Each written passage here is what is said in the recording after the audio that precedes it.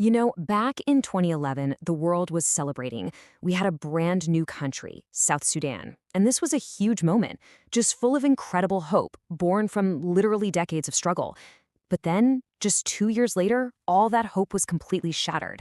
The world's newest nation plunged into this absolutely devastating civil war. So today, we're going to break down exactly what happened. And look, to really grasp the sheer scale of this tragedy, we have to start right here with this number, an estimated 400,000 people killed. Think about that. This wasn't just some political conflict you read about. No, this was a human catastrophe on a truly massive scale. So the big question is, how did it all go so wrong so fast? Well, in this explainer, here's what we're going to do. We'll dig into the roots of the conflict, walk through a timeline of all the turmoil, and then we'll really examine the devastating consequences.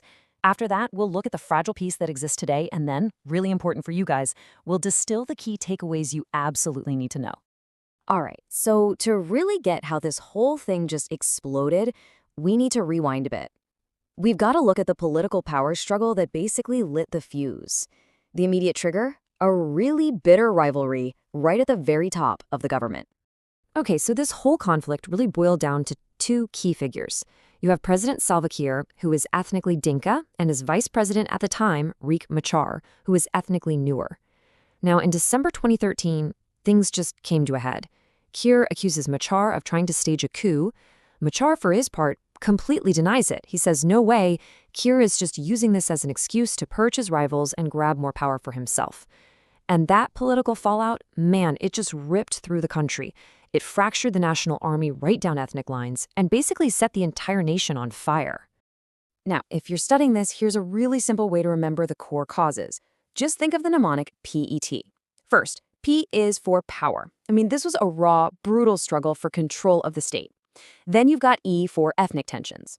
The political fight basically weaponized these old, deep-seated divisions between the Dinka and Nuer communities. And finally, T is for treasure. You've got to remember, South Sudan is incredibly oil-rich, and the fight to control all that oil money was a massive driver of the conflict. So power, ethnicity, and treasure.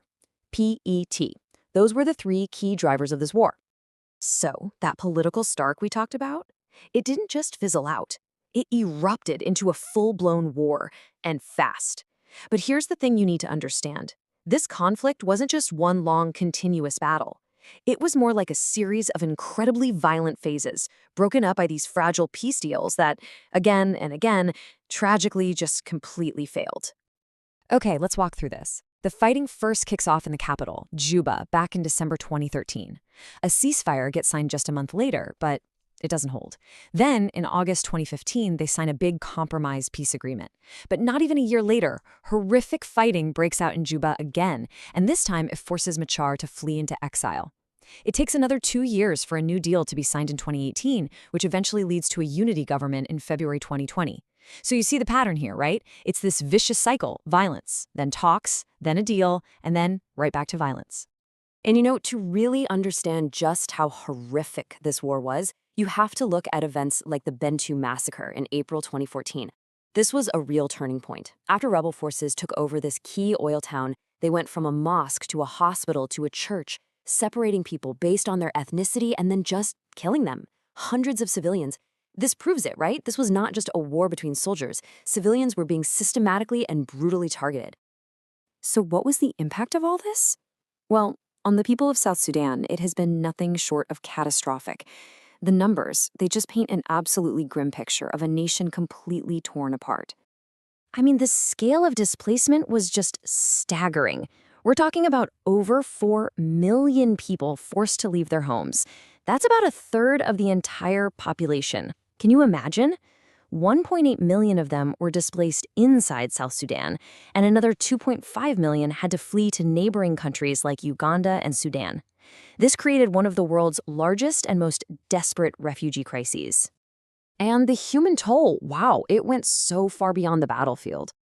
Besides the nearly 400,000 people killed, the war just decimated agriculture. It blocked humanitarian aid from getting in.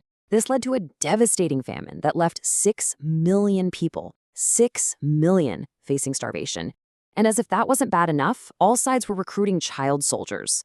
We're talking estimates of over 17,000 children forced to fight in this war. Now, for our audience in India, this is especially important to focus on. India played a really significant role here. First, India has been a major contributor to the UN peacekeeping mission, which is called UNMISS. And tragically, 2 Indian peacekeepers were killed in an attack very early in the conflict. Then, in 2016, the Indian Air Force had to conduct Operation Sankat Mochan to evacuate Indian citizens from the chaos in Juba. And on the economic front, you have India's ONGC Videsh, which is a huge player in South Sudan's oil sector. So you can see India has a very direct stake in the nation's stability. This war was just defined by the most brutal atrocities, many of which have been documented as war crimes. Let's just run through them. We're talking about direct attacks on civilians and the deliberate use of starvation as a weapon of war. There were widespread ethnic cleansing campaigns carried out by both sides. The recruitment of thousands upon thousands of child soldiers was absolutely rampant. And sexual violence. It was used systematically as a weapon to terrorize and humiliate entire communities. So, where does all this leave South Sudan today? Well, while the main civil war officially ended back in 2020 when they formed a unity government, the country is, well, it's far from peaceful. The situation remains incredibly fragile. You see, that power-sharing deal between Kiir and Machar is shaky, to say the least. There is still so much deep mistrust. And the whole process of trying to unify their rival armies into one national force, it's been painfully slow. So while the big, large-scale fighting has died down, you still have these localized conflicts flaring up all over the country, often over things like cattle or land, but still driven by those same ethnic tensions. And they continue to claim lives. And here's the thing, this instability isn't just staying within South Sudan's borders, it's spilling over. Take a look at this powerful quote from the UN. It's describing the recent crisis in El Fasher, which is in neighboring Sudan. The conflict there is deeply intertwined with what's happening in South Sudan. You've got fighters, weapons, and refugees constantly crossing that porous border. It's just a stark reminder that the fires of one conflict can so easily ignite another, creating this massive interconnected regional crisis. Okay, for anyone studying this conflict, understanding the geography is absolutely vital. You need to know these key locations. First, Juba, the capital. That's where it all kicked off. Then there's Bor, a major battleground that changed hands 4 separate times in the early fighting. You have to remember Bentiu and Malakal. These were fiercely contested because they are the crucial hubs for oil production. And as we just talked about, El Fasher in Sudan is that critical example of the war's devastating regional spillover effect. So remember those names: Juba, Bor, Bentiu, Malakal, and El Fasher. All right, let's pull all of this together. It's time to summarize the most critical points, the things you absolutely have to remember from this explainer. First up, who are the key players? Well, on the government side, you've got the SPLM, led by President Salva Kiir, and they are predominantly from the Dinka ethnic group. The main opposition is the SPLM-IO, led by Riek Machar, and they're predominantly Nuer. But don't forget, it wasn't just these two. A whole bunch of other, smaller rebel groups also popped up, which made the whole situation even more complicated. Okay, final revision points. Let's lock these in. The timeline. The official civil war ran from 2013 to 2020, but remember, the violence persists. The core cause, just remember, are mnemonic, PET, a power struggle, ethnic tensions, and a fight over oil treasure. The human cost was just staggering. Over 400,000 killed and more than 4 million displaced. India's role is key: UN peacekeeping, Operation Sankat Mochan, and major economic stakes through ONGC Videsh. And the current status? A super fragile unity government with ongoing regional instability, perfectly highlighted by that crisis in El Fasher. So we'll leave you with this question to really chew on. What does the tragedy of the world's newest nation teach us? It really forces us to think about the profound, gut-wrenching challenges of building a nation after conflict, and also about that paradox we call the resource curse, where having immense natural wealth, like that oil, actually ends up fueling conflict instead of creating prosperity.